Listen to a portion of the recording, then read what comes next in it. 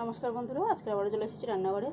আর আজকে আমি নিয়ে এসেছি দেখুন বড় বড় তিনটে মাছের পেটি, মানে গাদা, পেটি গাদা একসাথে গোল গোল, কত সুন্দর আর কত বড় বড় পিস। এটা হচ্ছে কি বলে এটাকে, তেলাপিয়া মাছ। হ্যাঁ, এটা হচ্ছে বড় সাইজের তেলাপিয়া মাছের গাদার পিস নিয়েছি তিনটে। এটাকে আজকে আমি সুন্দর করে মশলা ফ্রাই করব, ফিশ ফ্রাই বানাবো কিন্তু মশলা দিয়ে। আর এই মাছ ভাজা দিয়ে আজকের আমরা ভাতটা খাবো, ওর মধ্যে আর কিচ্ছু নেব না। তো চলুন সবার আগে মাছটাকে একটু হালকা মশলা দিয়ে ম্যারিনেট করে রাখি, তারপরে দেখাচ্ছি এর মধ্যে কি কি মশলা দিচ্ছি। একদম ঘরোয়া মশলা, কোনো মানে চাপের মশলা নয়, যে ঘরে যা থাকে তাই দিয়েই। তো এখানে সবার আগে আমি দিয়ে দিলাম গোলমরিচ গুঁড়ো হাফ চামচ, তারপরে হাফ চামচ মতো আদা রসুন বাটা, তার সাথে কাঁচা লঙ্কা। এখানে দিয়ে দিচ্ছি স্বাদ অনুযায়ী নুন। এখন আমি দিয়ে দিচ্ছি এই যে এক টুকরো পাতি লেবু। আর আজকে আমি শিলটাকে একদম স্ল্যাপের উপরে নিয়ে নিয়েছি, কারণ আজকে আমার পায়ে ভীষণ ব্যথা হচ্ছে, আমি উবু হয়ে নিচে বসে শিলে বাটতে পারবো না। আর এখানে একটু বাটা মশলা ব্যবহার করব। এখানে লেবুটাকে আমি দিয়ে দিলাম। এবারে আমি হাত দিয়ে ভালো করে মাছটাকে মেখে ম্যারিনেট করে রাখবো মশলা বাটা পর্যন্ত।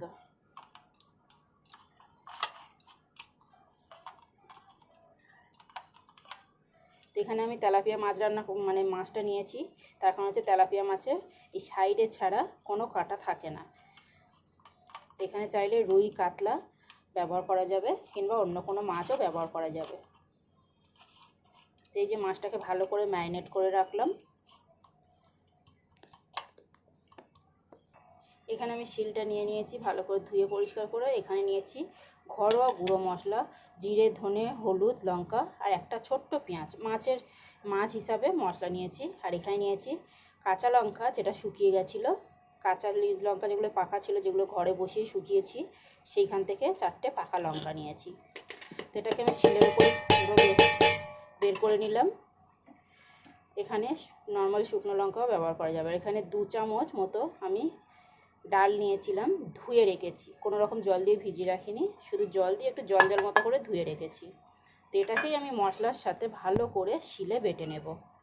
এটাই হচ্ছে মশলা, আর কোনো মশলা নেই, একদম ঘরোয়া মশলা দিয়ে আজকে একটু ভাজা ভাজা করব, মাছটাকে ফ্রাই করব। তো চলুন এটাকে শিলে বেটে নিই ভালো করে। আমি এখানে মাছের মধ্যে মশলাটা দেখুন তুলে নিয়েছি বেটে, মাছের মধ্যেই একবারে তুলে নিয়েছি। এর মধ্যে আরও একটুখানি সামান্য নুন দিয়ে দিলাম মশলার হিসাবে, কারণ মশলাটা বাটার সময় আমি নুন দিইনি।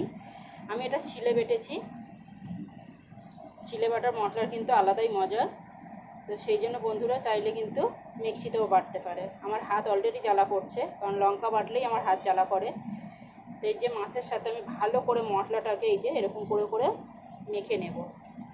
কড়াইতে অলরেডি আমি তেল দিয়ে দিয়েছি, সর্ষের তেলে মাছটাকে সুন্দর করে ফ্রাই করব। এখানে কড়াইতে আমি বেশ অনেকটা তেল দিয়েছি, পুরোপুরি ডিপ ফ্রাই হবে না, আবার পুরোপুরি হালকা ফ্রাইও হবে না। এই যে দেখুন মাছে কত সুন্দর করে মশলা মাখিয়ে নিয়েছি।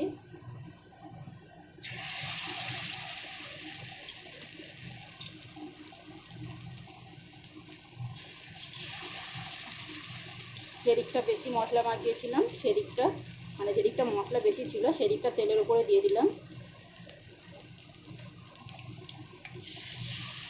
এবারে প্লেটে যতটুকুনি তেল মানে মশলা আছে সেটাকে আমি এরকম করে মাছের উপর থেকে এইভাবে দিয়ে দেবো, কারণ মাছের পেটিগুলোর মানে এগুলো বেশি বড় বড়, তার জন্য অত মশলা ঢোকেনি। এই যে এবারে উপর থেকে এইভাবে মশলাগুলোকে আমি দিয়ে দিচ্ছি। তো এইভাবে ভালো করে গ্যাসটা লো কিংবা মিডিয়ামে রেখে ভালো করে মাছটাকে ফ্রাই করে নেব।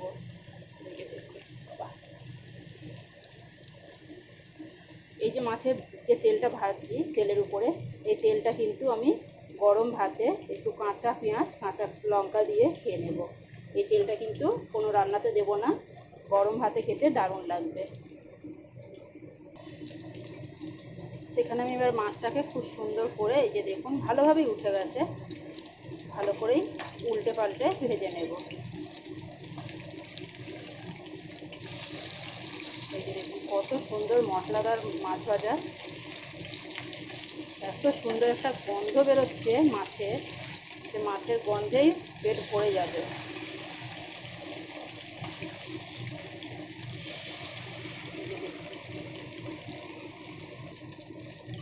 এখানে মাছ ভাজাটা দেখুন বন্ধুরা কত সুন্দর হয়েছে, একদম কালো কালো লালচে লালচে হয়ে গেছে একদম কড়া।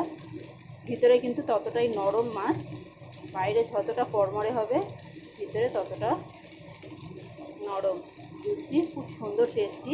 এবারে মাছটাকে আমি তুলে নেব। আমার ভিডিও দেখার জন্য বন্ধুদেরকে অনেক অনেক ধন্যবাদ। ভালো লাগলে একটা লাইক কমেন্ট শেয়ার করতে ভুলবেন না। এই যে দেখুন বন্ধুরা কত সুন্দর। আর এই মাছের তেলটা কিন্তু আমি বাটিতে একটা তুলে রেখে দেবো।